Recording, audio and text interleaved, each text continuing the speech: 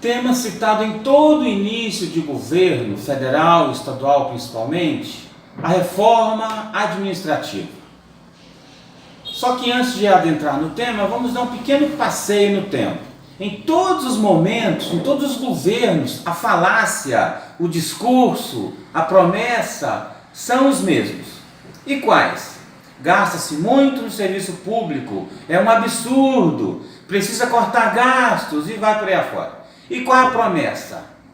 Tornar o Estado mais eficiente, mais barato ou menos pesado, priorizar saúde, educação, segurança, Bateu e batem tanto nessa falácia que virou cultura, virou moda. Foi criada a Lei Complementar 101, a Lei de Responsabilidade Fiscal. Não gastar além do que se arrecada. Penalidade, cassação do mandato. Legal, não é? Sempre tivemos dúvidas sobre a prática, a viabilidade desta lei. Somos pela disciplina, pelo compromisso na aplicação do recurso público, tanto que somos pelo orçamento participativo. Nele, você, cidadão, trabalhador, seria convidado a opinar para onde deveria ser enviado cada real do nosso imposto, que banca o orçamento público. Mas estamos longe, sem sonhos. Isso os agentes financeiros não querem, que participemos. Mas há de se perguntar, estados deixaram de dever?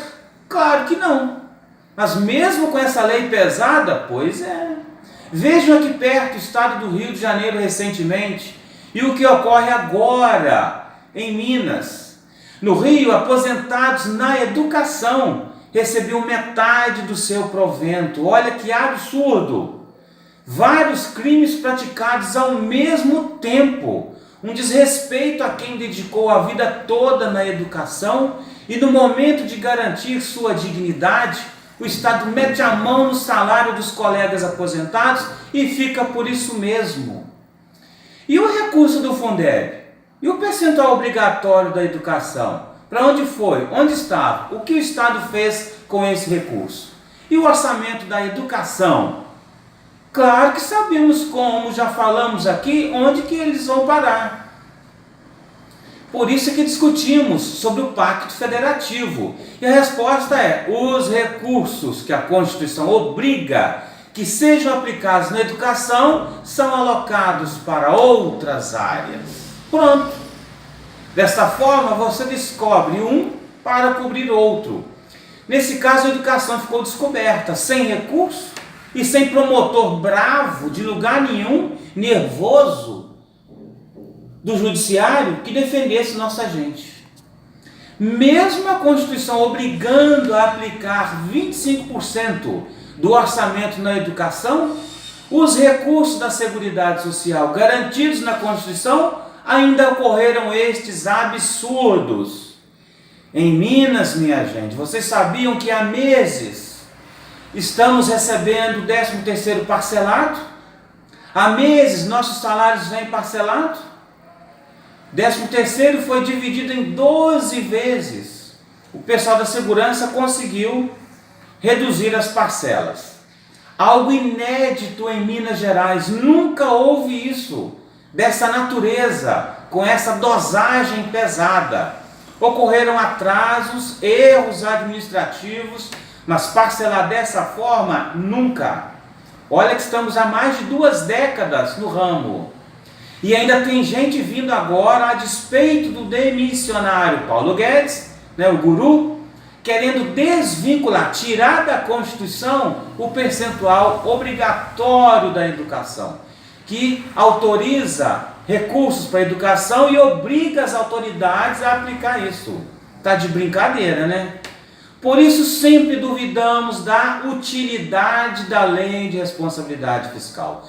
Tanto que o próprio Supremo Tribunal Federal decidiu que na aplicação de recursos para a educação que se ultrapasse a Lei de Responsabilidade Fiscal. Por que fez isso o Supremo? Porque já estava flagrante que havia e há algo errado na condução dos gastos em educação. O que havia de errado? O Supremo verificou que esses recursos caminharam para outras áreas. Depois vem no governo Temer, para piorar a situação, a emenda do teto de gastos públicos, número 95, para os exercícios 2017, 2018 e aí para frente. A providência era necessária? Tenho dúvidas, como tinha com relação à lei de responsabilidade fiscal. Mas uma certeza temos, de que se errou demais na dose, a medida perdurará e vai por longos 20 anos. O teto é com gastos primários, tá, gente? Presta atenção. É saúde, educação, segurança, transporte. É aí que se congelou o gasto. Mas não fala em desoneração fiscal, em perdoar dívidas de empresas devedoras da Previdência. Caso não haja promulgação de nova emenda constitucional, alterando esse texto, somente após 10 anos é que a medida pode ser alterada. Ou seja, foi colocada de tal maneira a dificultar sua retirada. Inevitavelmente tem impacto nos recursos para a educação. Percebem que, a exemplo do que dissemos em conversas anteriores, existe uma disputa violenta pelo orçamento do país? Uma disputa para ver quem leva a melhor dos impostos que pagamos. Como a fome, a sede por esses milhões de reais arrecadados do nosso país, dos nossos impostos, não para, está vindo mais novidade.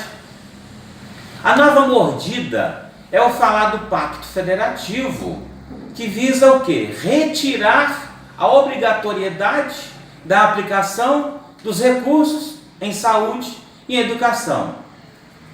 O ministro Paulo Guedes, que anda patinando no governo, quer retirar isso. Onde vamos parar então? Não vamos parar não, gente. Nos demais países onde as coisas funcionam, nenhum deles usou a prática de retirar recursos de políticas públicas que atendem a população. O que fazer então, professor? Taxaram lá fora, cobraram impostos do sistema financeiro, dos bancos, dos dividendos de capital, das grandes fortunas. Aqui mudaram o endereço e pesaram e passaram a cortar o orçamento de quem não tem, que seria destinado ao funcionamento de hospitais e escolas.